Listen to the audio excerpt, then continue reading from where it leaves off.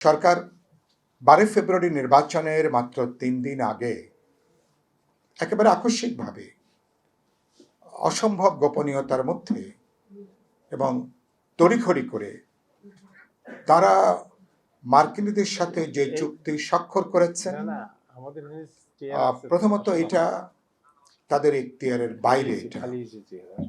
তারা একটা অন্তর্বর্তী সরকার এবং যেখানে আমাদের ব্যবসা বাণিজ্য বিনিয়োগ, যেখানে কৃষি, যেখানে শিল্প, যেখানে ডিজিটাল প্রযুক্তি, যেখানে নিরাপত্তা থেকে শুরু করে সমস্ত প্রশ্নযুক্ত এত গুরুত্বপূর্ণ বিষয় অন্তর্বর্তী সরকার দেশবাসীকে অন্ধকারে রেখে, রাজনৈতিক দলগুলোকে অন্ধকারে রেখে কোনোভাবেই তারা স্বাক্ষর করতে পারেন না। তাদের ইখতিয়ারের বাইরে, তাদের এজেন্ডার বাইরে, তাদের ক্ষমতার বাইরে তারা। এই কারণে আমরা বলেছি তারা একটা অন্যায় চুক্তি করেছেন, অন্যায্য চুক্তি করেছেন।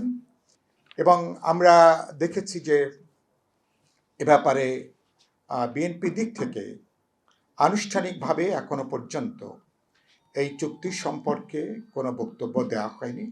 দু একজন তারা বলেছেন তারা দেখবেন, পর্যালোচনা করবেন, এ পর্যন্তই। আর জামাতের দিক থেকে যেটুকু এসছে সেটাও তাদের আনুষ্ঠানিকভাবে সেটাকে অফিসিয়াল কোনো বক্তব্য হিসাবে সেটাকে বিবেচনার মধ্যে সম্ভবত নেওয়া যায় না। এই অন্যায় অন্যায্য চুক্তি আমাদেরকে বিবেচনার মধ্যে রাখা, মেনে নেওয়ার কোনো প্রশ্ন নেই, কোনো সুযোগ নেই। এটা আজকে আমরা হয়তো এখানে একটা মত বিনিময় সভা আলোচনা করলো। আমি বিশ্বাস করি এটা বাংলাদেশের দেশপ্রেমী, বাংলাদেশের স্বাধীনতার সার্বভৌমত্বে বিশ্বাসী, জাতীয় নিরাপত্তার ব্যাপারে সংবেদনশীল 18 কোটি মানুষের একই ধরনের বক্তব্য হবে। এই বক্তব্য কেবল বর্তমান না, আমাদের ভবিষ্যৎকে গুরুতর বিপদের মধ্যে, গুরুতর ঝুঁকির মধ্যে নিতে যাচ্ছে।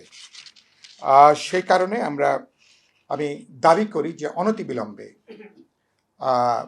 এ ব্যাপারে সরকারের দিক থেকে এই চুক্তি বাতিলের উদ্যোগটা নেওয়া দরকার। মার্কিনীরা যাদের বন্ধু তাদের জন্য কোনো শত্রু আর দরকার হয় না।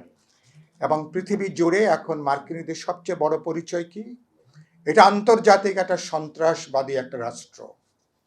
এটা আন্তর্জাতিক, সারা দুনিয়ার বিভিন্ন কন্টিনেন্টে যুদ্ধ, আগ্রাসন এবং জবরদখল এটাকে বিস্তৃত করবার ব্যাপারে যারা নেতৃত্ব প্রদান করে যাচ্ছে সেটা হচ্ছে মার্কিন যুক্তরাষ্ট্র।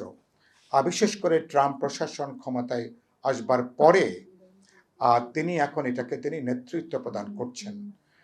গাজায় ঠান্ডা মাথায় যারা লাইভ জেনোসাইড যারা সংগঠিত করেছে, এবং মাত্র কিছুদিন আগে ভেনেজুয়েলার নির্বাচিত রাষ্ট্রপতিকে এক ধরনের বলতে পারেন রাতের অন্ধকারে সামরিক অভিযান, সার্জিক্যাল স্ট্রাইকের মতন স্ট্রাইক করে যারা তাকে চোগে বেঁধে তার সস্ত্রীক তাকে তুলে নিয়ে গেছে, সেই মার্কিন যুক্তরাষ্ট্রের সাথে এই বাণিজ্য চুক্তি।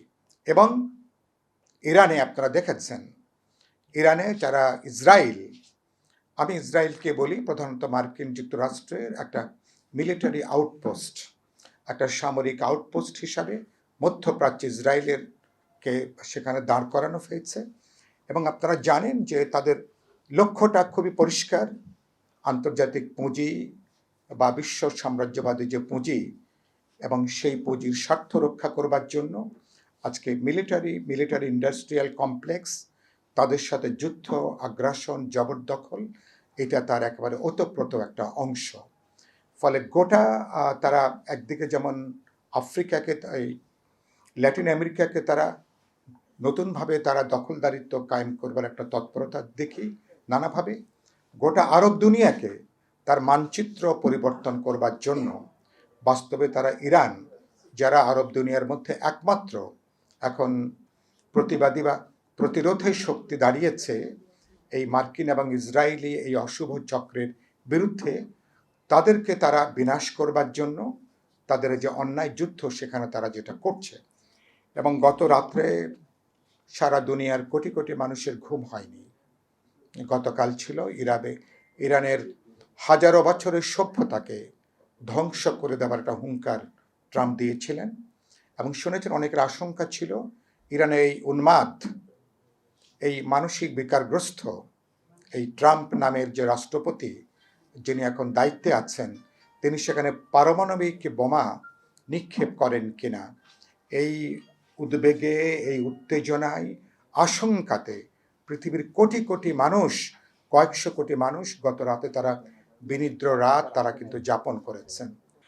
সুতরাং এই মার্কিন যুক্তরাষ্ট্র যারা একটা সভ্যতাকে যারা বলছেন মাটিতে তারা মিশিয়ে দেবেন, তাদের সাথে বাংলাদেশ যে চুক্তি করেছেন, হাজারবার এই চুক্তি নিয়ে চিন্তা করার, কথা বলবার জায়গা আছে।